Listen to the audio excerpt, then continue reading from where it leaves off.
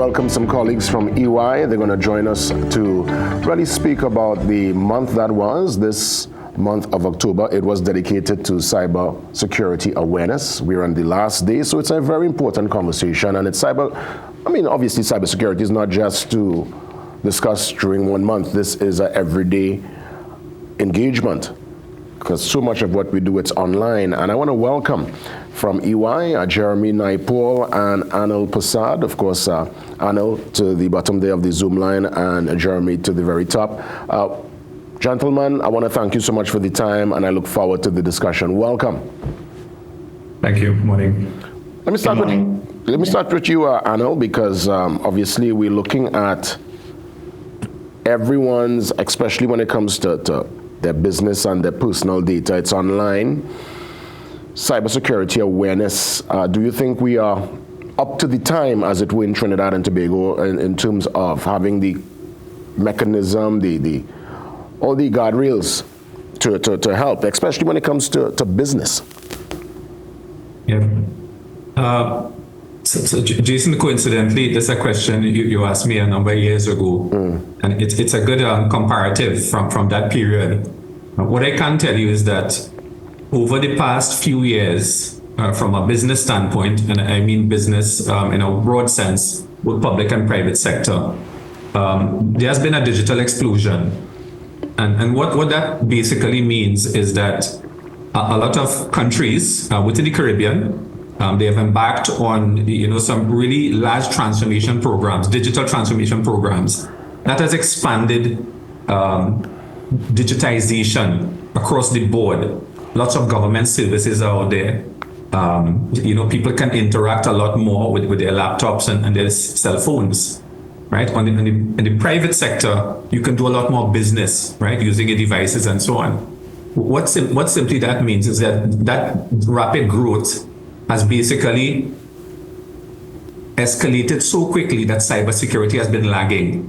And in many cases, the foundation, the back-end pieces that really should be protecting, it's not as evolved as the front end that the customers and consumers and citizens utilize. So I would say there's a gap, and there's actually a growing gap over the past few years, if I were to do the comparative from 2 or 3 years ago, where we are not where we should be. That's the reality. Wow. Let me bring Jeremy in, because when we consider the personnel, the IT professionals, the cybersecurity experts, our men and women who are on the front line, based on your experience, Jeremy, are they up to the time? Are they in tune with best practices, with all the latest tech? Because I know lots of moving parts in terms of this space. What's been your experience with the personalities that work to keep us safe? Yeah, so great question. I think that a lot of organizations do invest heavily in their frontline defenses, which would be their IT teams and their cybersecurity teams. So we're seeing a lot in the markets that these defenders are educated to use the tools and technologies that are being implemented. But the gap is the ordinary business user, that employee that is a consumer of IT services, or that person that uses those apps on phones, the websites and so forth. That's where the education gap really is. And we have seen it in some of these statistics provided by the TTC, where a lot of the successful or reported cyber attacks originate or come from successful phishing attempts. What that means is that these frontline employees who are not necessarily tech savvy, they are being exploited by fraudulent emails, fraudulent communication, and that sort of thing. Yeah, let me, and this is a really honest question here, and Anil could weigh in, and Jeremy, you could jump in and feel free. Yeah. If worse comes to worse and there is a breach, and we have seen some of the very best and the brightest companies, all in the UK, I've seen recently some uptick in UK there with some of their retail stores. So this is a global phenomenon.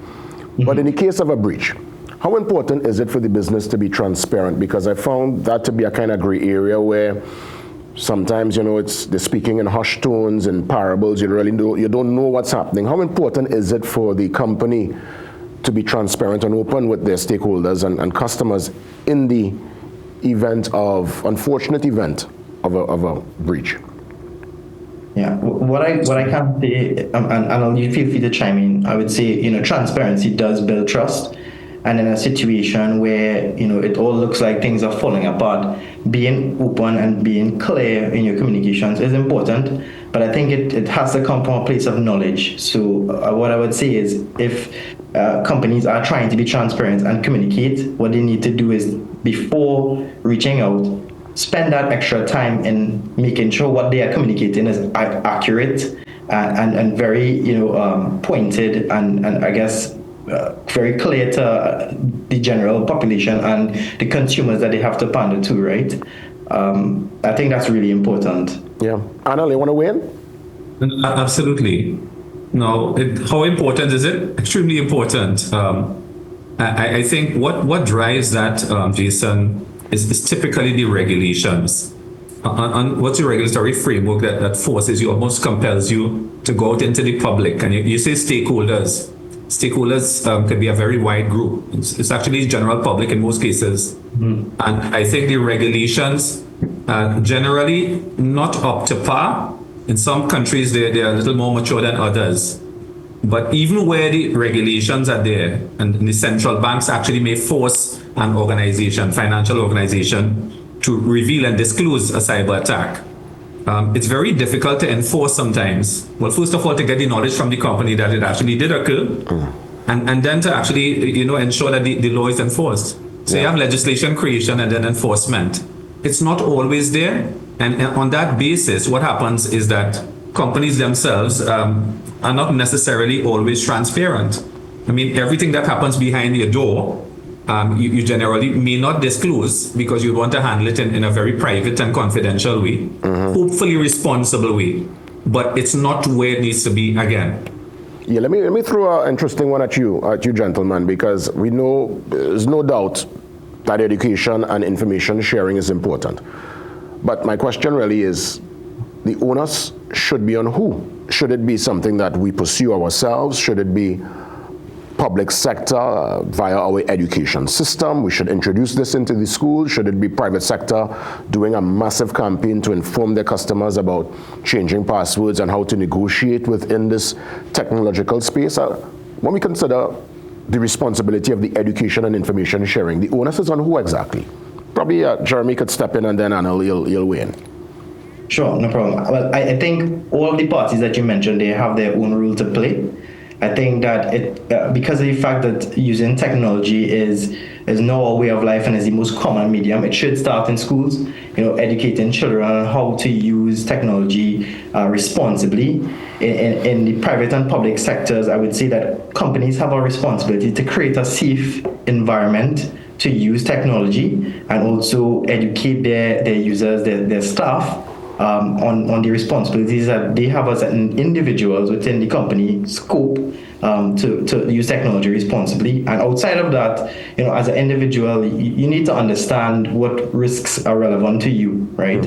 We are in an information sharing age, as you mentioned before, and personal information is something that can be weaponized. So understanding that as an individual, but more importantly, understanding the steps that you need to take by way of, researching yourself, researching the things that you need to do is really important. Anil, in the seconds that remain, you can give me a closing remark after I take the break very soon. You could go right ahead, Anil.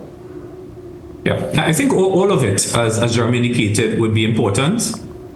Extremely. In some industries, some stakeholders have a more important role than others. But certainly from where it starts, the inception right down to the end user. I do want to indicate that, there's also the advent of AI coming into the framing picture, right? Where the machine itself, it thinks, it learns, it responds.